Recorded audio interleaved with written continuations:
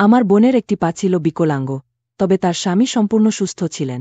একদিন আমি বোনের বাড়িতে ছিলাম, তখন হঠাৎ করে প্রচণ্ড বৃষ্টি শুরু হল।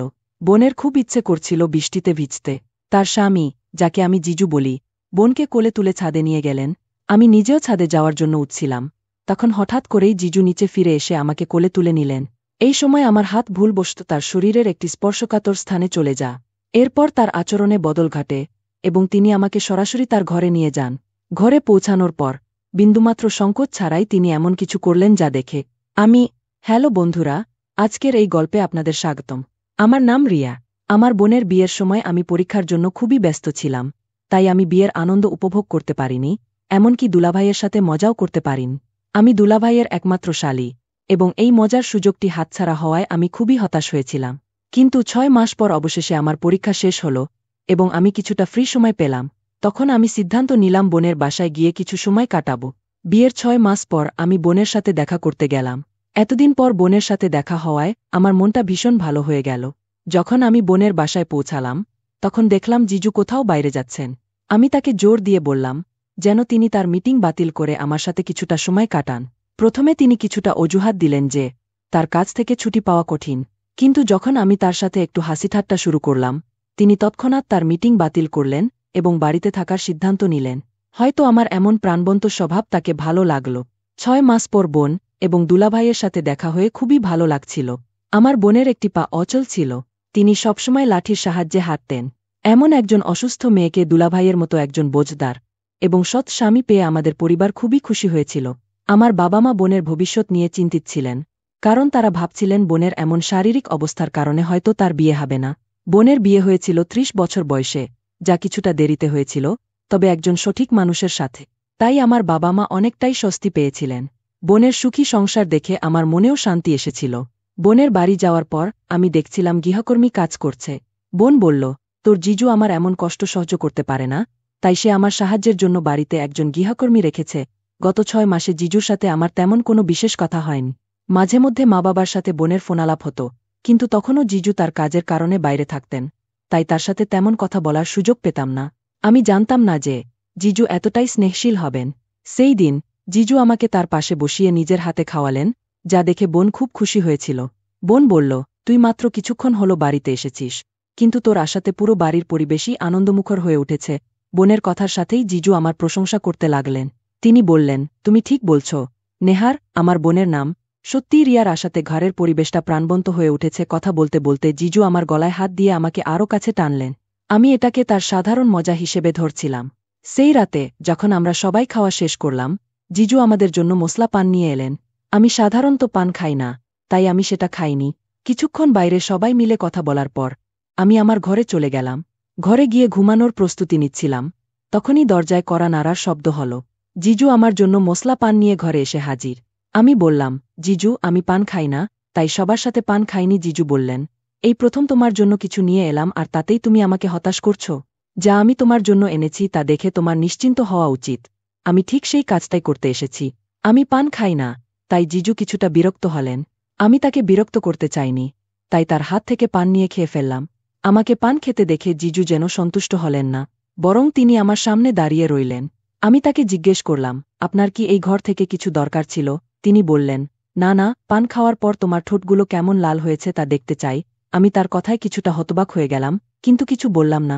সেই রাতে যখন আমি পুরো পান খেয়ে ফেললাম, তখন জিজু আমার ঘর থেকে বেরিয়ে গেলেন। যাওয়ার আগে তিনি আমাকে জড়িয়ে ধরে গুড নাইট বললেন। কিন্তু জিজুর এই আচরণে যে কিছু গোপন ইঙ্গিত ছিল তা আমি তখনও বুঝতে পারিনি। পরদিন সকালে আমি ঘুম থেকে উঠে তৈরি হয়ে ঘর থেকে বের হলাম। তখন দেখি জিজু একটি ব্যাগ নিয়ে কোথাও যাচ্ছেন। সেটা তার অফিসের কাজ নয়, কারণ তিনি সাধারণত 9:30 অফিসে যেতেন। তার ট্রাভেল ব্যাগ দেখে আমি বুঝতে পারলাম তিনি কিছুদিনের জন্য বাইরে যাচ্ছেন। আমি আবারও তাকে আটকানোর চেষ্টা করলাম। বললাম, জিজু আমি তো মাত্র একদিন হলো এসেছি, আর আপনি এখনই কাজের জন্য বেরিয়ে যাচ্ছেন? আমার সাথে একটু সময় কাটান। জিজু বললেন, আমার খুবই গুরুত্বপূর্ণ কাজ আছে, কাজ শেষ হলেই আমি দ্রুত ফিরে আসব। আমারও তোমার সাথে সময় কাটাতে ইচ্ছে করছে, কিন্তু কি করব? যখন আমি কাজ করব তখনই তো তোমার বোনের সংসার চালাতে পারব। জিজুকে বারবার কাজের জন্য আটকে রাখা ঠিক মনে হয়নি, তাই আমি তাকে আর থামানোর চেষ্টা করলাম না। বললাম, যত তাড়াতাড়ি সম্ভব বাড়ি ফিরে আসার চেষ্টা করবেন, আমার কথা শুনে জিজু বোনকে তার ঘর থেকে রুমাল নিয়ে আসার জন্য পাঠালেন। বোন আমাকে তার সাথে ঘরে নিয়ে গেল। ঘরে ঢুকেই তিনি ওয়াশরুমে চলে গেলেন আর আমাকে বললেন, তুই রুমালটা খুঁজে বের কর। আমি রুমাল খুঁজতে ব্যস্ত ছিলাম, তাই ঘরে কে ঢুকল সেটা খেয়াল করিনি। হঠাৎ কেউ আমার গালে চুমু খেল। এইসব কিছুই মুহূর্তের মধ্যে ঘটে গেল। পিছনে ফিরে দেখি জিজু। আমি অবাক হয়ে বললাম, জিজু এটা কেমন মজা? তিনি বললেন, সরি রিয়া, আমি তোমাকে নেহার ভেবেছিলাম। আমি মনে মনে ভাবলাম, আমাকে নেহার ভেবে নেওয়ার কোনো কারণ ছিল না, আমি তো তার কাপড় পরিনি, আর না আমি তার মতো দেখতে। কিন্তু জিজু বললেন, নেহার আর তোমার উচ্চতা একেবারেই একরকম, তাই আমি বুঝতে পারিনি যে তুমি রিয়া। তিনি সারা বলার আগেই বোন ওয়াশরুম থেকে বেরিয়ে এলেন। তিনি আমাদের পাশে দাঁড়ালেন। তখন জিজু বোনের গালে চুমু খেলেন। তাদের এই ঘনিষ্ঠতা দেখে আমি লজ্জা পেয়ে দ্রুত ঘর থেকে বের হয়ে এলাম। আমার পিছনে পিছনে তারা দুজনও বেরিয়ে এলেন। কিছুক্ষণ পর জিজু তার কাজের জন্য বাইরে চলে গেলেন। জিজু চলে যাওয়ার পর আমি বোনকে জিজ্ঞেস করলাম, দিদি, জিজু আজ এত তাড়াতাড়ি বাইরে যাচ্ছেন, তার কি কোনো বিশেষ মিটিং আছে? বোন বলল, তোর জিজু 3 মাস আগেই তার চাকরি ছেড়ে দিয়েছে। তিনি নিজে একটা ব্যবসা শুরু করতে যাচ্ছেন। সেই কাজেই তার এত ব্যস্ততা। তার চাকরি ছাড়ার কারণ, তিনি নিজের ভবিষ্যতের জন্য কিছু টাকা জমিয়ে রেখেছিলেন। থেকেই তার ইচ্ছা ছিল নিজে কিছু শুরু করা। আমার তখনই বুঝতে পারলাম বোনের জীবন কতটা বদলে গেছে। আমি জিজ্ঞেস করলাম, তোর জিজু চাকরি ছেড়ে দেওয়ার পর থেকে তুই কি কখনো বিরক্ত হোসনি? তার কাজের চাপ তো অনেক বেড়ে গেছে। বোন বলল, না, আমি খুব খুশি যে সে এমন কিছু শুরু করেছে যা তার নিজে, আর তার সঙ্গে আমার অনেক ভালোবাসা আছে, যা তাকে আরও সফল করবে। বোনের কথা শুনে আমি আরও বেশি খুশি হলাম। এমন ভালোবাসা ও বোঝাপড়া আমার চোখের সামনে দেখে আমি সত্যিই খুব আনন্দিত হয়েছি। আমাকে বোঝানোর পর থেকে আমি আর কখনো তাকে কাজে যাওয়ার সময় থামানোর চেষ্টা করিনি। সে সব কিছুই করছে আমাদের সুখী জীবনের জন্য। দিদি আর জিজুর মধ্যে ছিল চমৎকার বোঝাপড়া। দেখতে দেখতে 10 দিন পার হয়ে গেল, কিন্তু জিজুর কোনো খবর নেই। সেই 10 দিনে দিদি আর জিজুর তেমন কোনো কথাও হয়নি। আমি জিজুকে মেসেজ করে বললাম, আমি আপনার জন্য অপেক্ষা করছি। জিজু বলল, আমি শিগগিরই আসছি। কিন্তু এরপর আরও 5 দিন কেটে গেল। 15 দিন পর অবশেষে জিজু বাড়ি ফিরল। ফেরার পথে সে আমার জন্য এবং দিদির জন্য সুন্দর কিছু পোশাক নিয়ে এসেছিল। জিজু বাড়ি ফিরতেই আমি দৌড়ে গিয়ে তার ব্যাগগুলো নিয়ে নিলাম এবং সেগুলো তার ঘরে রাখলাম। আমি বললাম, যতদিন আমি এখানে আছি আপনাকে কোথাও যেতে দেব না। আমার কথা শুনে জিজু সম্মতিসূচক মাথা নাড়ল এবং আমার হাতে এনে আমার জন্য আনা পোশাকের বাক্সটি দিল। বাক্সটি নিয়ে আমি নিজের ঘরে চলে গেলাম। পোশাকগুলো খুবই সুন্দর ছিল। পোশাকের সাথে আমি 3টি ছোট বাক্স দেখতে পেলাম। এগুলোতে মহিলাদের কিছু ছোট পোশাক ছিল। হয়তো ভুল করে সেগুলো আমার কাপড়ের সঙ্গে চলে এসেছে। আমি সেই বাক্সটি নিয়ে দিদির ঘরে গেলাম। দিদিও তখন জিজুর আনা কাপড় দেখছিল। জিজু তখনও সেখানে ছিল। আমি দিদির হাতে সেই ছোট বাক্সটি দিয়ে বললাম, দিদি, তোমার রোমান্টিক স্বামী তোমার জন্য কিছু বিশেষ পোশাক এনেছে, কিন্তু ভুল করে সেগুলো আমার ব্যাগে চলে এসেছে। আমি হাসতে হাসতে দিদিকে কথাগুলো বলছিলাম। আমাকে দেখে দিদি হাসল এবং বলল, হয়তো সাইজ ভুল করে নিয়ে এসেছে, এগুলো আমার জন্য না, এই কাপড়গুলো হয়তো অন্য কারো জন্য ছিল। দিদির কথা শুনে জিজু বলল, হ্যাঁ, হয়তো ভুল করে সাইজ ছোট হয়ে গেছে। পরের বার যখন ওই শহরে যাব তখন এগুলো ফেরত দিয়ে আসব। এটা কি আসলেই ভুল ছিল, নাকি আমার জন্যই আনা হয়েছিল? সেটা তো শুধু জিজুই জানে। হঠাৎ আমি ঘুরে বসলাম আর হাতটা বিছানার এক পাশে চলে গেল। হঠাৎ বুঝতে পারলাম বিছানায় আরও একটি হাত আছে। আমি সাথে সাথে লাইট অন করলাম। দেখি জিজু বিছানায় বসে আছে। রাত 12টায় তাকে আমার ঘরে দেখে আমি ভয় পেয়ে গেলাম। আমি বললাম, জিজু, আপনি আমার ঘরে কি করছেন? জিজু বলল, প্রথমে তোমার ভয় দূর করো। আমার বাড়িতে আমি ছাড়া আর কেউ ঢুকতে পারবে না। আমি বললাম, ঠিক আছে, কিন্তু এই রাতে এখানে আসার মানে কি? জিজু বলল, আমি তোমার জন্য কিছু নিয়ে এসেছি। সে তার পিছনের হাতটা সামনে এনে আমার হাতে সেই 3টি ছোট বাক্স দিল। তারপর বলল, এই বিশেষ পোশাকগুলো তোমার জন্যই এনেছি। একবার পরে দেখো, তোমার ভালো লাগবে। আমি তার শালি, স্ত্রী নয়। সে কিভাবে আমার জন্য এ ধরনের ব্যক্তিগত পোশাক কেনার কথা ভাবল? বাক্স আমার হাতে ধরিয়ে দিয়ে সে আমাকে অদ্ভুতভাবে দেখতে থাকল। তার এই দৃষ্টি আমার একদমই ভালো লাগছিল না। তখনই তাকে আমার ঘর থেকে বের করে দেয়া প্রয়োজন ছিল। আমি মিষ্টি করে বললাম, ধন্যবাদ এবং শুভরাত্রি বলে তাকে ঘর থেকে বের করে দিলাম। পরের দিন সকালে আমি নিজেকে প্রস্তুত করে নাস্তার টেবিলে এলাম। টেবিলে এসে দেখি শুধু জিজু বসে আছে। সে খবরের কাগজ পড়ছিল। দিদি রান্নাঘরে ব্যস্ত ছিল। আমি টেবিলে গিয়ে বসলাম।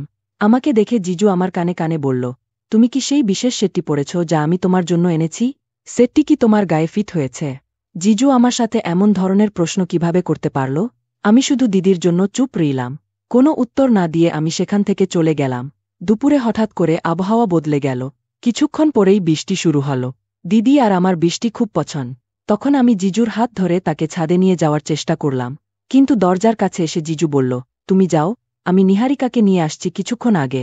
দুপুরের খাবার খাওয়ার সময় দিদির নজর এড়িয়ে জিজু আমাকে, তুমি খুব সুন্দর দেখাচ্ছ, ইঙ্গিত করেছিল। জিজুর আচরণে মনে হচ্ছিল হয়তো সে আমাকে পছন্দ করতে শুরু করেছে। আমি তার হাত ধরে ছাদে নিয়ে যেতে চেয়েছিলাম, ভাবছিলাম সে হয়তো দিদির কথা ভাববে না, কিন্তু যা ভাবছিলাম তা ভুল প্রমাণ হল। সে আমার হাত ছেড়ে দিয়ে তার স্ত্রীকে নিয়ে আসতে চলে গেল। কিছুক্ষণ পর জিজু দিদিকে কোলে করে ছাদে নিয়ে এলো। তারা দুজনই আনন্দে ভিজছিল। আমার দিদির ফটোগ্রাফির শখ ছিল, তার জন্য নিজেই একটি ক্যামেরা কিনেছিল। দিদি তখন বলল, দিয়া, আমার আলমারি থেকে ক্যামেরাটা নিয়ে আসো, এই বৃষ্টিতে আমাদের কিছু ভালো ছবি তুলে দাও। দিদির কথা শুনে আমি সঙ্গে সঙ্গে তার ঘরে গিয়ে ক্যামেরা খুঁজতে লাগলাম।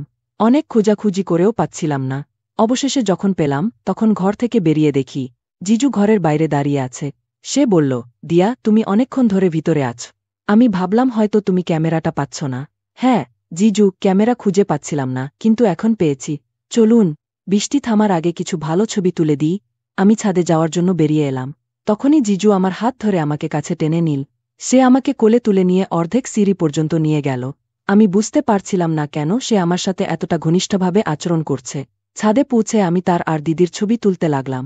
তাদের ভালোবাসা দেখে আমি সত্যিই বিস্মিত হয়েছিলাম যে আমার অক্ষম বোনকে এমন একজন স্বামী পেয়েছে যা সে কখনো কল্পনাও করতে পারেন। দিদি ছিল ৩০ বছর বয়সী, আর জিজু ছিল ২৮ বছরে। জিজু দেখতে সুদর্শন এবং শারীরিকভাবে খুবই শক্তিশালী। আমি হঠাৎ ভাবতে শুরু করলাম, জিজু আমার অক্ষম বোনের মধ্যে এমন কি দেখেছিল যে তার সাথে বিয়ে করেছে। আমরা প্রায় ১.৫ ঘণ্টা ধরে বৃষ্টিতে ভিজতে থাকলাম। ঘরে এসে আমি আবার গোসল করতে গেলাম। গোসল করতে গিয়ে হ্যাঙ্গারে রাখা তোয়ালেটা খেয়াল করলাম। তখনই মনে পড়ল, আমি তো তোয়ালে সঙ্গে আনতেই ভুলে গেছি। তখন আমি দিদিকে ডাকতে শুরু করলাম। আমার বারবার ডাকার পর অবশেষে কেউ আমার ঘরে এলো। আমি ভেবেছিলাম দিদিই এসেছে, তাই বাথরুম থেকে হাতটা বাইরে বের করে বিছানায় রাখা তোয়ালে নিতে চাইলাম। তখন হঠাৎ করে দিদি আমার হাতে হাত বুলাতে শুরু কর। আমি যখন বাইরে তাকালাম তখন বুঝতে পারলাম যে তোয়ালে নিয়ে আসা মানুষটি দিদি নয়, বরং জিজু। তোয়ালে দেওয়ার সময় জিজু অদ্ভুত আচরণ করছিল। তাকে দেখে আমি তৎক্ষণাৎ বাথরুমের দরজা বন্ধ করলাম এবং ভিতর থেকে বললাম, যাকে ডাকলাম সে না এলে আপনি কেন এলেন? জিজু উত্তর দিলেন, তোমার দিদি কাজে ব্যস্ত ছিল, আমি তোমার ডাক শুনলাম তাই চলে এলাম। তোমার তোয়ালে লাগবে নাকি আমি চলে যাব? জিজুর কথা শুনে আমি তোয়ালে নিয়ে নিলাম। সবকিছু দেখে আমার মনে তার প্রতি অদ্ভুত কিছু অনুভূতি জেগে উঠল। সেদিন প্রথমবার আমি তাকে একটি মৃদু হাসি দিলাম। ঘর থেকে বের হওয়ার আগে জিজু বলল, প্রিয়া, তুমি সত্যিই খুব সুন্দর। সেদিন তার প্রশংসাটা আমার বেশ ভালো লেগেছিল। যখন আমি সাজগোজ করে দিদির ঘরে গেলাম তখন দিদি ও জিজুকে একসঙ্গে দেখে আমার মনে নানা চিন্তা আসতে লাগল। কে কাকে ভালো মানায় এটা বোঝার প্রয়োজন ছিল না। সেই অর্ধরাতে আমি হঠাৎ আমার পাশে কারও উপস্থিতি টের পেলাম। ধীরে ধীরে কেউ আমার মুখে হাত বুলাতে লাগল। ঘরের লাইট জ্বালিয়ে দেখি যাকে সন্দেহ করেছিলাম সেই জিজুই আমার পাশে শুয়ে আছে। তার দৃষ্টি আমার উপর পড়েছে এবং আমি ধীরে ধীরে বুঝতে পারছিলাম যে সে আমার প্রতি আকৃষ্ট হয়ে পড়েছে। আমি তাকে বোকা দেইনি, বরং আমার হাসি দেখে জিজু বলল, তোমার সৌন্দর্যই আমাকে এখানে টেনে এনেছে। আমি তোমাকে ভালোবাসতে শুরু করেছি। আমি হাসিমুখে উত্তর দিলাম, জিজু, আপনি যে বিশেষ পোশাক আমার জন্য এনেছিলেন তা আমার খুব ভালো লেগেছে। আমার কথা শুনে জিজু বলল, প্রিয়া, তোমার কথা শুনে মনে হচ্ছে তুমি আমার ভালোবাসা মেনে নিচ্ছ। আমি বললাম, জিজু, আমি রাতের বেলা আপনাকে আমার পাশে দেখে রাগ করিনি। এর মানে কি হতে পারে তা আপনাকেই বুঝতে হবে। সম্ভবত জিজু আমার ইঙ্গিত বুঝে গিয়েছিল। তারপর সে বলল, প্রিয়া, আমি বিশ্বাস করতে পারছি না যে তুমি আমার ভালোবাসা গ্রহণ করেছ।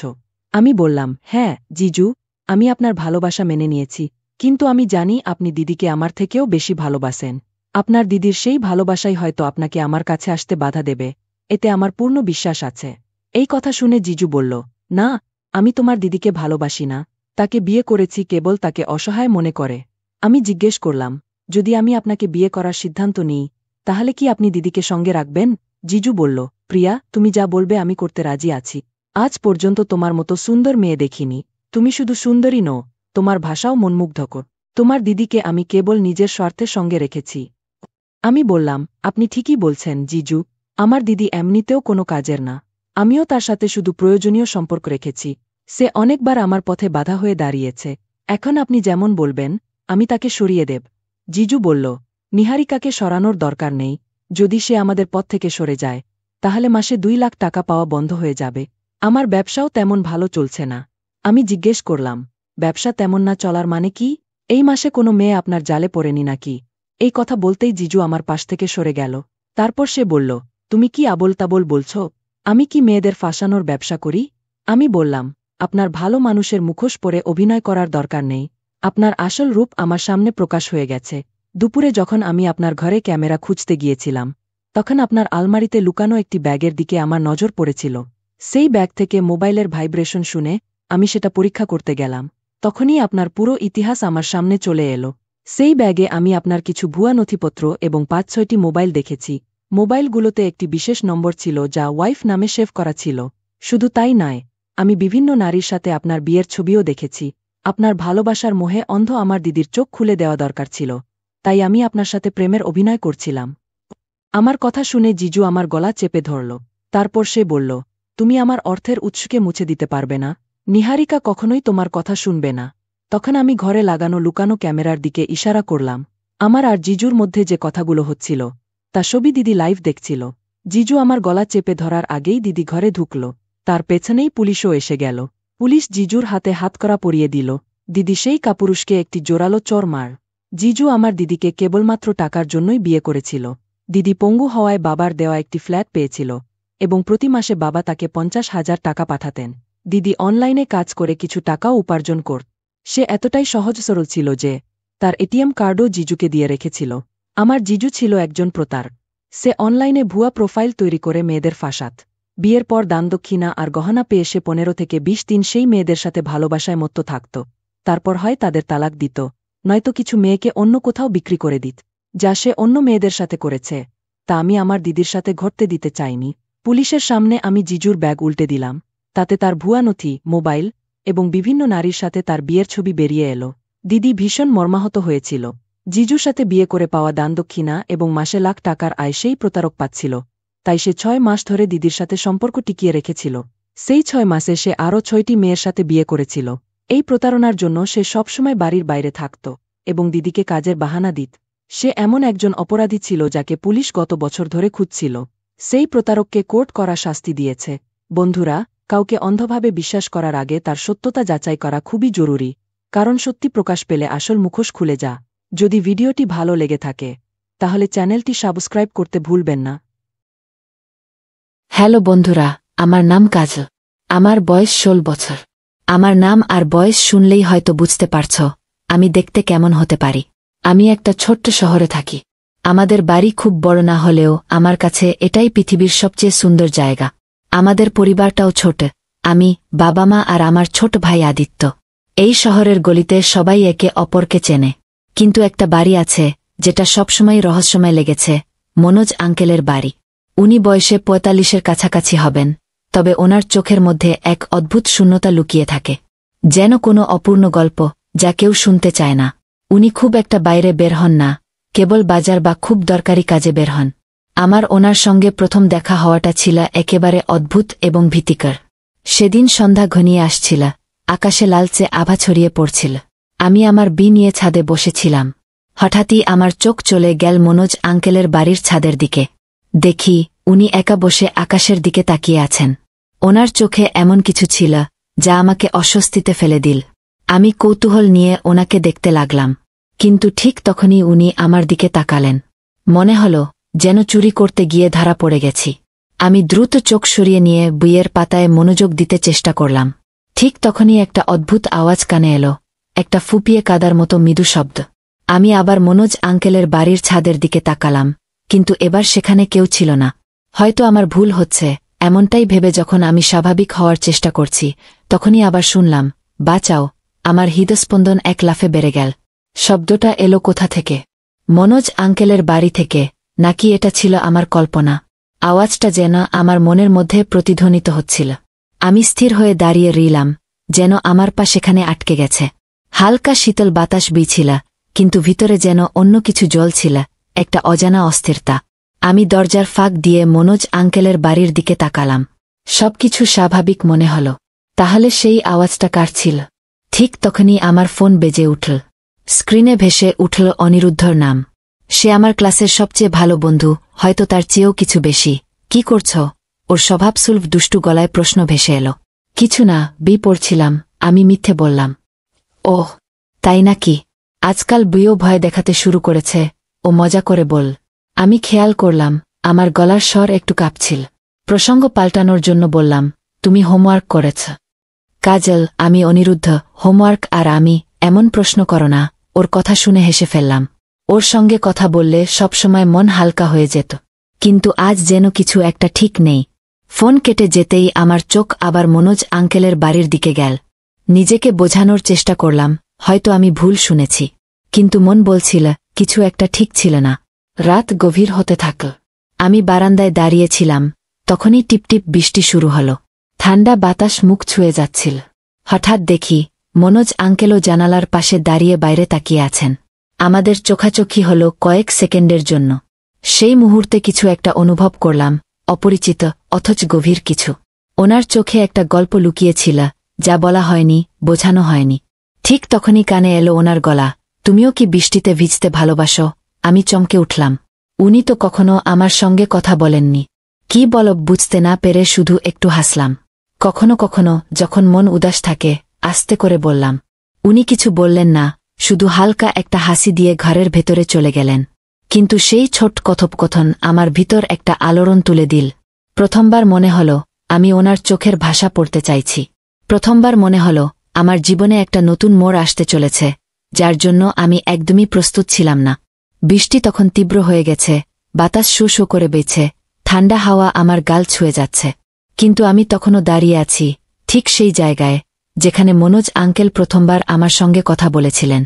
তুমিও কি বৃষ্টিতে ভিজতে ভালোবাসো? ওনার কথাগুলো এখনও আমার কানে বাজছে। ওনার চোখের মধ্যে ছিল এক অদ্ভুত আকর্ষণ, গভীর বিষাদ, অথচ কিছু বলার চেষ্টা করা। আমি কোনোদিন ভাবিনি উনি আমার সঙ্গে কথা বলবেন এইভাবে। আমার হৃদস্পন্দন তখনও জোরে ধুকপুক করছিল। আমি ঘরে ফিরে এলাম, কিন্তু মন পড়ে রিল ওখানেই। মনোজ চাচা, এই নামটা মনে আসতেই যেন বুকের ভেতর অদ্ভুত এক শিহরণ জেগে উঠল। উনি এত চুপচাপ কেন থাকেন? কেন কারো সাথে মিশতে চান না? আর আজ হঠাৎ করেই আমাকে এমন প্রশ্ন করলেন কেন? সারা রাত আমার চোখে ঘুম ছিল না। জানালার কাছে বৃষ্টির ফোঁটা টুপটাপ পড়ছিল, আর আমি শুধু এপাশোপাশ করছিলাম। নিজেকে বোঝানোর চেষ্টা করছিলাম, এটা হয়তো একটা সাধারণ কথোপকথন ছাড়া কিছুই না। কিন্তু সত্যি কথা হল, তার কথাগুলো আমার ভেতরে কিছু জেন জাগিয়ে তুলেছিল। এইসব ভাবতে ভাবতেই কখন ঘুমিয়ে পড়েছি বুঝতেই পারিনি। সকাল হয়ে গিয়েছিল, বৃষ্টি থেমে গিয়েছে। আমি প্রতিদিনের মতো ছাদে গেলাম, কিন্তু আজ চোখ দুটো অজান্তেই তার বাড়ির দিকে চলে গেল। জানালাটা খোলা ছিল, কিন্তু তাকে দেখা গেল না। হঠাৎ দরজাটা খুলে গেল, আর তিনি বাইরে বেরিয়ে এলেন। গায়ে হালকা নীল রঙের শার্ট, চুলগুলো একটু এলোমেলো, মুখে হালকা দাড়ির ছাপ। জানি না কেন, তবে তাকে আজ কোনো সিনেমার নায়ক মনে হচ্ছিল। আমি নিজের উপরই হাসলাম। আমি কি ভাবছি? তিনি তো বয়সে আমার থেকে অনেক বড়, কিন্তু কেমন যেন মনে হচ্ছিল এই চিন্তাগুলো থেকে নিজেকে সরিয়েও নিতে পারছি না। হঠাৎ করেই তার চোখ আমার চোখের সাথে মিলল। আজ আর আমি চোখ সরাতে পারলাম না। কয়েক সেকেন্ড আমাদের দৃষ্টি এক হয়ে রিল, তারপর তিনি হালকা হেসে ফেললেন। আমি দ্রুত ভেতরে চলে গেলাম, কিন্তু মন তখনও যেন কোথাও আটকে আছে, সেই চোখের গভীরতায়। সন্ধ্যায় আমাদের গলিতে একটা বিয়ের অনুষ্ঠান ছিল। সবাই রঙিন পোশাকে সেজেগুজে ঘুরে বেড়াচ্ছিল, কিন্তু আমার নজর শুধু একদিকেই আটকে ছিল, মনোজ চাচার দিকে। আজ প্রথমবার তাকে এত পরিপাটি লাগছিল। গায়ে সাদা পাঞ্জাবি পায়জামা, বেশ অন্যরকম লাগছিল তাকে। আমি নিজেই নিজের উপর হেসে ফেললাম। আমি ওনার কথা এত ভাবছি কেন? নিজেকে বোঝানোর চেষ্টা করলাম, কিন্তু বারবার চোখ চলে যাচ্ছিল তার দিকেই। আর তখনই সেই মুহূর্তটা এলো। তিনি আমার দিকে এগিয়ে এলেন, হাসিমুখে বললেন, তুমি এখানে একা একা দাঁড়িয়ে আছো কেন? তার কণ্ঠে ছিল এক অদ্ভুত প্রশান্তি, যা আগেও আমি অনুভব করেছিলাম। কিছু না, আমি চোখ নামিয়ে নিলাম। তিনি মৃদু হেসে বললেন, সবার কত আনন্দ হচ্ছে, গান বাজছে, আর তুমি এক কোণায় চুপচাপ দাঁড়িয়ে আছো। তোমার নাচ পছন্দ নয়? আমি হালকা হাসলাম, মাথা নাড়লাম। পছন্দ করি, কিন্তু কারো সাথে নাচি না। তিনি পকেট থেকে হাত বের করলেন, আমার দিকে বাড়িয়ে বললেন, তাহলে আজ আমার সাথে নাচবে? আমার বুক ধরফর করে উঠল। চারপাশে এত লোক ছিল, কেউ দেখে ফেলতে পারত, কিন্তু সেই মুহূর্তে আমার দুনিয়ায় যেন শুধু আমরা দুজনই ছিলাম। আমি তার চোখের দিকে তাকালাম, প্রথমবারের মতো এত কাছ থেকে। আমি কি সত্যিই তার সঙ্গে নাচব? আমার মন নিজেকেই প্রশ্ন করল। তার চোখে ছিল এক অদ্ভুত প্রশান্তি, যেন পুরো দুনিয়া স্তব্ধ হয়ে গেছে। আমি চুপচাপ তার দিকে তাকিয়েছিলাম, তার ঠোঁটে হালকা হাসি ফুটে উঠেছিল। কিন্তু তার চোখের গভীরে যেন এমন কিছু ছিল যা আমার হৃদয়ের স্পন্দন বাড়িয়ে দিচ্ছিল। তিনি আবার হাত বাড়িয়ে দিলেন। আমার মনে হল এই হাত শুধু আমার উত্তরই চাচ্ছে। আমার ঠোঁট কেঁপে উঠল, আমার আঙুলগুলো কাঁপছিল, কিন্তু তবুও আমার মন যেন অজানা এক আবেশের টানে এগিয়ে যাচ্ছিল। ঠিক তখনই পিছন থেকে মায়ের ডাক এলো, কাজল। আমি যেন কোনো ঘোর থেকে জেগে উঠলাম। তাড়াতাড়ি চোখ নামিয়ে নিলাম, কিছু না বলে ওড়নাটা ঠিক করলাম। এখানে কি করছিস? চল, অতিথিরা এসেছে। আমি আস্তে করে তাকালাম। মনোজ চাচা তখনও দাঁড়িয়েছিলেন, কিন্তু তার হাসিটা একটু গভীর হয়ে গিয়েছিল। যেন আমার উত্তর জানার প্রয়োজনই নেই, যেন তিনি আগেই জানতেন আমি কি ভাবছি। আমি নিজেই বুঝতে পারছিলাম না ঠিক কি অনুভব করছি। কিছু না বলেই আমি মায়ের সাথে চলে এলাম, কিন্তু বুকের ভেতর সেই একই অস্থিরতা বাজতে লাগল। রাতে বিছানায় শুয়েছিলাম, কিন্তু ঘুম আসছিল না। বারবার সেই মুহূর্তগুলো চোখের সামনে ভেসে উঠছিল। যদি মা না ডাকতেন, তাহলে কি আমি সত্যিই তার হাত ধরে নিতাম? এই প্রশ্নটা মাথার ভেতর ঘুরপাক খাচ্ছিল। জানালার বাইরে তাকালাম, তার বারান্দার আলো জ্বলছিল। আমার ইচ্ছে করল ছাদে গিয়ে দেখে আসি, তিনি কি আমার কথাই ভাবছেন। কিন্তু নিজেকে সামলে নিলাম। না কাজল, তুমি এসব কি ভাবছ? কিন্তু মন শুনতে চাইল না। পরের দিন সকালে সূর্যের আলো পড়শিদের ছাদের ওপর ছড়িয়ে পড়েছিল। আমি কাপড় শুকানোর অজুহাতে ছাদে এলাম, কিন্তু চোখ খুঁজছিল অন্য কাউকে। আর ঠিক তখনই যেন আমার ভাবনাই তাকে ডেকে এনেছে। মনোজ চাচা গেটের পাশে দাঁড়িয়েছিলেন। তিনি কারো সঙ্গে কথা বলছিলেন, কিন্তু আমায় দেখতেই তার কণ্ঠে এক অদ্ভুত থমকে যাওয়া ভাব এল। তিনি একটু থামলেন, হালকা হাসলেন, তারপর বললেন, কাজল। প্রথমবারের মতো তিনি আমার নাম নিলেন। আমি এক জায়গায় থমকে গেলাম। মনোজ চাচার কণ্ঠে ছিল এমন এক কোমলতা, যেন তিনি আমার নামটি শুধু বললেন না, অনুভব করলেন। বুকের ভেতর ধরফর করে উঠল। হাতে ধরা ভেজা কাপড়গুলো হঠাৎ ভারী মনে হতে লাগল। আমি তার দিকে তাকালাম। তিনি সেখানেই দাঁড়িয়েছিলেন, ঠোঁটে সেই পরিচিত মৃদু হাসি। কিন্তু তার চোখে ছিল আরও কিছু, একটা অজানা অনুভূতি, যা যেন আমার প্রতিটি হৃদস্পন্দন অনুভব করতে পারছিল। আমার চোখ তার চোখের সঙ্গে মিলল। পরের মুহূর্তেই আমি দ্রুত চোখ নামিয়ে নিলাম। ইচ্ছে হচ্ছিল সামনে গিয়ে জিজ্ঞাসা করি, কেন আমার নাম নিলেন? কিন্তু আমি চাইলেও কিছু বলতে পারলাম না। তিনি হয়তো আমার দ্বিধাটা বুঝতে পারলেন। ধীরে ধীরে চোখ সরিয়ে আবার নিজের কথোপকথনে ফিরে গেলেন। কিন্তু আমি জানতাম তার মন এখনও আমার দিকেই ছিল। আমি তাড়াতাড়ি কাপড় শুকিয়ে নিচে নেমে এলাম, কিন্তু মন রয়ে গেল ছাদে। সন্ধ্যায় বাড়ির পরিবেশ ব্যস্ত ছিল। মা রান্নাঘরে ব্যস্ত, বাবা খবরের কাগজ পড়ছেন, আর আমি জানালার পাশে বসে ছাদের দিকে তাকিয়ে আছি। মন অস্থির লাগছিল। আমি নিজেই বুঝতে পারছিলাম না এসব কি হচ্ছে। কেন মনোজ চাচার প্রতি এই টান ক্রমশ বাড়ছে? হাজারো প্রশ্ন মাথার মধ্যে ঘুরপাক খাচ্ছিল, কিন্তু কোনো উত্তর ছিল না।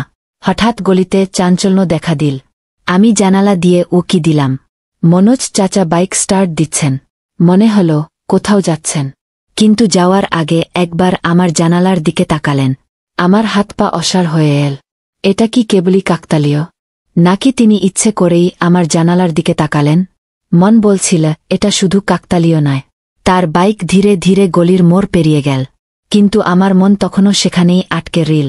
রাতে বিছানায় শুয়েছিলাম, কিন্তু ঘুম যেন দূর হয়ে গিয়েছে। চোখ বন্ধ করলেই তার সেই গভীর দৃষ্টির ছবি চোখের সামনে ভেসে উঠছে। আমি কাত বদলালাম, বালিশ শক্ত করে চেপে ধরলাম। নিজেকে বোঝানোর চেষ্টা করলাম, কাজল, এটা ভুল। তুমি অনেক ছোট, আর তিনি তোমার চেয়ে অনেক বড়। কিন্তু মন শোনেনি। হঠাৎ মনে হল একটু ছাদে গিয়ে ঠান্ডা বাতাসে নিজেকে শান্ত করি। ঠিক তখনই মোবাইলে একটি মেসেজ এলো, ছাদে আসো। আমি চমকে উঠলাম। স্ক্রিনের দিকে তাকিয়ে রইলাম। নাম্বারটা অচেনা ছিল, কিন্তু মন জানত এটা মনোজ চাচাই। চাঁদের আলো ছাদে ছড়িয়েছিল, হালকা বাতাস বিছিল, কিন্তু আমার ভিতরে এক অদ্ভুত ঝড় চলছিল। যাব কি যাব না, আমি নিজেকে বোঝানোর চেষ্টা করলাম, কিন্তু পা যেন নিজের ইচ্ছেতেই ছাদের দিকে এগিয়ে চলল। ঠিক তখনই তিনি আমার দিকে একটা ছোট কাগজ বাড়িয়ে দিলেন। আমার হৃদস্পন্দন দ্বিগুণ হয়ে গেল। এক মুহূর্তের জন্য মনে হল পুরো পৃথিবী থমকে গেছে। আমি চারপাশে তাকিয়ে দেখলাম কেউ দেখছে কিনা। তারপর ধীরে ধীরে হাত বাড়িয়ে সেই কাগজটা নিলাম। কাগজে লেখা ছিল, কাল রাতে আমি। এইটুকু বাক্যেই যেন আমার চারপাশের দুনিয়া কেঁপে উঠল। আমি দ্রুত কাগজটা মুঠো করে ফেললাম, যেন কেউ দেখে না ফেলে। চোখ তুলে তাকালাম। তিনি তখনও দাঁড়িয়ে ছিলেন, শান্ত, আত্মবিশ্বাসী। তার চোখের গভীরে এমন কিছু ছিল যা থেকে দৃষ্টি ফেরানো কঠিন হয়ে পড়ছিল। আমি পেছনে তাকিয়ে দেখলাম কেউ দেখছে না কিনা। তারপর কাগজটা ওড়নার কোণে গুজে চুপচাপ নিচে নেমে এলাম। ঘর একদম আগের মতোই ছিল, দেয়ালগুলোও একই ছিল, কিন্তু আমার ভেতরে যেন কিছু বদলে গিয়েছে। আমি আয়নার সামনে দাঁড়িয়ে নিজেকে দেখলাম। আমি কি করব? যাব না? যদি কেউ দেখে ফেলে? কিন্তু মন অন্য প্রশ্ন তুলল, যদি না যাই তাহলে কি তিনি কষ্ট পাবেন? রাত গভীর থেকে গভীরতর হচ্ছিল, চারদিক নিস্তব্ধ, কিন্তু আমার ভেতরে চলছিল এক প্রবল ঝড়। আমি বিছানায় শুয়েছিলাম, কিন্তু ঘুমের লেশমাত্র নেই। চোখ বন্ধ করতেই ভেসে উঠল তার সেই হালকা হাসি, সেই ছাদে ফেলে দেওয়া ছোট্ট কাগজের টুকরো, আর তাতে লেখা 3টি শব্দ, কাল রাতে আমি কাত বদলালাম, বালিশ শক্ত করে চেপে ধরলাম। এটা কি অনুভূতি? আমি নিজেও বুঝতে পারছিলাম না। তিনি কারো সঙ্গে কথা বলছিলেন, কিন্তু আমায় দেখতেই তার কণ্ঠে এক অদ্ভুত থমকে যাওয়া ভাব এল। তিনি একটু থামলেন, হালকা হাসলেন, তারপর বললেন, কাজল। প্রথমবারের মতো তিনি আমার নাম নিলেন। আমি এক জায়গায় থমকে গেলাম। মনোজ চাচার কণ্ঠে ছিল এমন এক কোমলতা, যেন তিনি আমার নামটি শুধু বললেন না, অনুভব করলেন। বুকের ভেতর ধরফর করে উঠল। হাতে ধরা ভেজা কাপড়গুলো হঠাৎ ভারী মনে হতে লাগল। আমি তার দিকে তাকালাম। তিনি সেখানেই দাঁড়িয়েছিলেন, ঠোঁটে সেই পরিচিত মৃদু হাসি, কিন্তু তার চোখে ছিল আরও কিছু, একটা অজানা অনুভূতি, যা যেন আমার প্রতিটি হৃদস্পন্দন অনুভব করতে পারছিল। আমার চোখ তার চোখের সঙ্গে মিলল।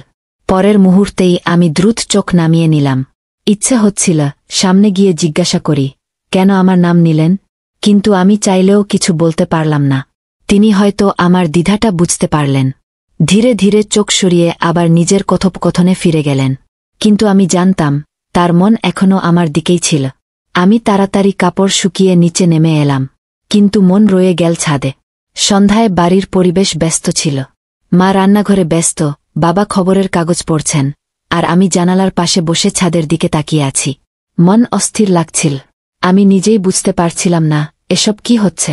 কেন মনোজ চাচার প্রতি এই টান ক্রমশ বাড়ছে? হাজারো প্রশ্ন মাথার মধ্যে ঘুরপাক খাচ্ছিল, কিন্তু কোনো উত্তর ছিল না। হঠাৎ গলিতে চাঞ্চল্য দেখা দিল। আমি জানালা দিয়ে উকি দিলাম। মনোজ চাচা বাইক স্টার্ট দিচ্ছেন। মনে হল কোথাও যাচ্ছেন, কিন্তু যাওয়ার আগে একবার আমার জানালার দিকে তাকালেন। আমার হাত পা অসাড় হয়ে এল। এটা কি কেবলই কাকতালীয়, নাকি তিনি ইচ্ছে করেই আমার জানালার দিকে তাকালেন? মন বলছিল এটা শুধু কাকতালীয় নয়। তার বাইক ধীরে ধীরে গলির মোড় পেরিয়ে গেল, কিন্তু আমার মন তখনও সেখানেই আটকে রইল। রাতে বিছানায় শুয়েছিলাম, কিন্তু ঘুম যেন দূর হয়ে গিয়েছে। চোখ বন্ধ করলেই তার সেই গভীর দৃষ্টির ছবি চোখের সামনে ভেসে উঠছে। আমি কাত বদলালাম, বালিশ শক্ত করে চেপে ধরলাম। নিজেকে বোঝানোর চেষ্টা করলাম, কাজল, এটা ভুল। তুমি অনেক ছোট, আর তিনি তোমার চেয়ে অনেক বড়। কিন্তু মন শোনেনি। হঠাৎ মনে হল একটু ছাদে গিয়ে ঠান্ডা বাতাসে নিজেকে শান্ত করি। ঠিক তখনই মোবাইলে একটি মেসেজ এলো, ছাদে আসো। আমি চমকে উঠলাম। স্ক্রিনের দিকে তাকিয়ে রইলাম। নাম্বারটা অচেনা ছিল, কিন্তু মন জানত এটা মনোজ চাচাই। চাঁদের আলো ছাদে ছড়িয়েছিল, হালকা বাতাস বিছিল, কিন্তু আমার ভিতরে এক অদ্ভুত ঝড় চলছিল। যাব কি যাব না? আমি নিজেকে বোঝানোর চেষ্টা করলাম, কিন্তু পা যেন নিজের ইচ্ছেতেই ছাদের দিকে এগিয়ে চলল। ঠিক তখনই তিনি আমার দিকে একটা ছোট কাগজ বাড়িয়ে দিলেন। আমার হৃদস্পন্দন দ্বিগুণ হয়ে গেল। এক মুহূর্তের জন্য মনে হল পুরো পৃথিবী থমকে গেছে। আমি চারপাশে তাকিয়ে দেখলাম কেউ দেখছে কিনা। তারপর ধীরে ধীরে হাত বাড়িয়ে সেই কাগজটা নিলাম। কাগজে লেখা ছিল, কাল রাতে এইটুকু বাক্যেই যেন আমার চারপাশের দুনিয়া কেঁপে উঠল। আমি দ্রুত কাগজটা মুঠো করে ফেললাম, যেন কেউ দেখে না ফেলে। চোখ তুলে তাকালাম। তিনি তখনও দাঁড়িয়ে ছিলেন, শান্ত, আত্মবিশ্বাসী। তার চোখের গভীরে এমন কিছু ছিল যা থেকে দৃষ্টি ফেরানো কঠিন হয়ে পড়ছিল। আমি পেছনে তাকিয়ে দেখলাম কেউ দেখছে না কিনা। তারপর কাগজটা ওড়নার কোণে গুজে চুপচাপ নিচে নেমে এলাম। ঘর একদম আগের মতোই ছিল, দেয়ালগুলোও একই ছিল, কিন্তু আমার ভেতরে যেন কিছু বদলে গিয়েছে। আমি আয়নার সামনে দাঁড়িয়ে নিজেকে দেখলাম। আমি কি করব? যাব না? যদি কেউ দেখে ফেলে? কিন্তু মন অন্য প্রশ্ন তুলল, যদি না যাই তাহলে কি তিনি কষ্ট পাবেন? রাত গভীর থেকে গভীরতর হচ্ছিল, চারদিক নিস্তব্ধ, কিন্তু আমার ভেতরে চলছিল এক প্রবল ঝড়। আমি বিছানায় শুয়েছিলাম, কিন্তু ঘুমের লেশমাত্র নেই। চোখ বন্ধ করতেই ভেসে উঠল তার সেই হালকা হাসি, সেই ছাদে ফেলে দেওয়া ছোট্ট কাগজের টুকরো, আর তাতে লেখা 3টি শব্দ, কাল রাতে আমি কাত বদলালাম। বালিশ শক্ত করে চেপে ধরলাম। এটা কি অনুভূতি? আমি নিজেও বুঝতে পারছিলাম না। পরদিন সকালটা যেন স্বাভাবিক ছিল না। আমি মা বাবার সামনে স্বাভাবিক থাকার চেষ্টা করছিলাম, কিন্তু ভিতরে ভিতরে অস্থিরতা বাড়ছিল। সারাদিন অপেক্ষার পর অবশেষে রাত নামল। সবাই ঘুমিয়ে পড়লে আমি ধীরে ধীরে দরজা খুললাম। ধরফর করা হৃদয় নিয়ে ছাদে উঠলাম। ঠান্ডা বাতাস গায়ে লাগতেই শিহরণ জাগল। হঠাৎ নিচের গলিতে হালকা আওয়াজ হল। আমি নিচে তাকালাম। মনোজ চাচা ধীরে ধীরে সিঁড়ি বেয়ে ছাদে উঠছেন। আমার হৃদস্পন্দন থেমে গেল। তিনি এগিয়ে এলেন, সামনাসামনি দাঁড়ালেন। চোখে সেই চিরচেনা গভীরতা। তুমি এসেছ, তিনি মৃদু স্বরে বললেন। আমি কিছু বললাম না, শুধু মাথা হালকা ঝুঁকিয়ে সায় দিলাম। ভয় পাচ্ছ? তিনি জিজ্ঞাসা করলেন। আমি নীরব। তিনি এক ধাপ এগিয়ে এলেন। তাহলে আজ রাতটা শুধু আমাদের। আমি চোখ নামিয়ে নিলাম। মনে হচ্ছিল হৃদস্পন্দন এত জোরে ধুকপুক করছে যে পুরো পরিবেশ যেন তার প্রতিধ্বনি শুনতে পাচ্ছে। মনোজ চাচা কিছুক্ষণ নীরব রইলেন। তারপর এক গভীর শ্বাস নিয়ে বললেন, সম্ভবত আমাদের এবার চলে যাওয়া উচিত। অনেক দেরি হয়ে গেছে। আমি মাথা ঝাঁকালাম, কিন্তু আমার পা যেন স্থির হয়ে গেল। চলে যেতে ইচ্ছে করছিল না, অথচ এখানে আরও বেশি সময় থাকা সম্ভব ছিল না। নিজেকে সামলে উঠে দাঁড়ালাম। ছাদের রেলিংয়ের ওপারে তাকালাম। চাঁদ মেঘের আড়ালে হারিয়ে গিয়েছিল, যেন আমার মনের দোলাচল বুঝতে পারছিল। মনোজ চাচা আমার দিকে তাকালেন, তারপর হালকা স্বরে বললেন, কাজল, যদি আমি বলি আমি তোমাকে পছন্দ করি। তার কথা শুনে শরীর হঠাৎ কেঁপে উঠল। আমি বিস্ময়ে তার দিকে তাকালাম, কিন্তু তার মুখে কোনো দ্বিধার ছাপ ছিল না। তিনি নিঃসংকোচ ছিলেন, যেন তিনি নিছক এক সাধারণ সত্য উচ্চারণ করলেন মাত্র। আমি চেষ্টা করলাম হাসতে। আপনি মজা করছেন, তাই না? তিনি মাথা নাড়লেন। না, আমি যা অনুভব করি সেটাই বলছি। মনে হল আমার শ্বাস আটকে গেছে। এটা কি সত্যিই ঘটছে? আমি কি ভুল শুনলাম? আমি কিছু বলতে চাইলাম, কিন্তু শব্দ যেন কণ্ঠে আটকে গেল। তারপর কেন জানি না, আমার চোখে জল চলে এলো। ভয়, দ্বিধা, বুঝতে পারলাম না। দ্রুত হাতের উল্টো পাশে চোখ মুছে ফেললাম। তুমি ভয় পাচ্ছ? তিনি জিজ্ঞাসা করলেন। আমি মাথা নাড়লাম। না, আমি জানি না এটা ঠিক কিনা। তিনি মাথা নিচু করলেন। কয়েক মুহূর্ত চুপ থেকে বললেন, যদি এটা ভুল হতো তাহলে আমরা দুজনেই এটা অনুভব করতাম না। তার কথাগুলো সুন্দর ছিল, কিন্তু আমার মনে যেন ঝড় তুলে দিল। আমি একটু পেছিয়ে এসে বললাম, আমাদের হয়তো আর কখনোই দেখা করা উচিত নয়। তার ঠোঁটে হালকা হাসি ফুটল। যদি সত্যিই তাই হতো তাহলে তুমি এখানে আসতে না। কাজল, আমি কিছু বলার মতো কিছু খুঁজে পেলাম না। কেবল ঘুরে দ্রুত সিঁড়ির দিকে হাঁটতে লাগলাম। কিন্তু মনে হল আমার হৃদয়ের একটা অংশ ছাদেই রয়ে গেল। সেই রাত ঘুমহীন কাটল। বালিশের পাশে রাখা সেই ছোট্ট কাগজটা, যা তিনি ছুঁড়ে দিয়েছিলেন, চোখের সামনে ঘুরপাক খাচ্ছিল। আমি কি ঠিক করলাম? আমি কি কিছু ভুল অনুভব করতে শুরু করেছিলাম? পরদিন সকালে ছাদে গিয়ে দেখলাম মনোজ চাচার মোটরবাইক নেই। তার জানালাও বন্ধ। কোথায় গেলেন তিনি? এভাবে কি সত্যিই তিনি চলে গেলেন? একদিন কেটে গেল, তারপর আরেক দিন, কিন্তু তার কোনো খবর নেই। আমি নিজের সঙ্গে লড়াই করছিলাম। যদি আমি সত্যিই তার ব্যাপারে কিছু অনুভব না করতাম, তাহলে কেন প্রতিটি শব্দে চমকে উঠছিলাম? কেন প্রতি রাতে ছাদে যেতে ইচ্ছে করছিল? তৃতীয় রাতের শেষ প্রহরে দরজার নিচ দিয়ে একটা ছোট্ট কাগজ গড়িয়ে এলো। হাত কাঁপতে কাঁপতে সেটা তুললাম। তাতে লেখা ছিল, কখনো কখনো দূরত্বই সঠিক পথ। তুমি হয়তো আমাকে মনে করবে, কিন্তু হয়তো এটাই ভালো। আমার হৃদস্পন্দন থেমে গেল। আমি দরজা খুলে বাইরে তাকালাম, কিন্তু কেউ ছিল না। গলি ফাঁকা, নিস্তব্ধ। মনোজ চাচা চলে গেছেন, আর আমি রয়ে গেলাম একটি অসমাপ্ত অনুভূতি নিয়ে, একটি অসম্পূর্ণ গল্পের ভেতরে। কিন্তু হয়তো এটাই ছিল শেষ ঠিকানা।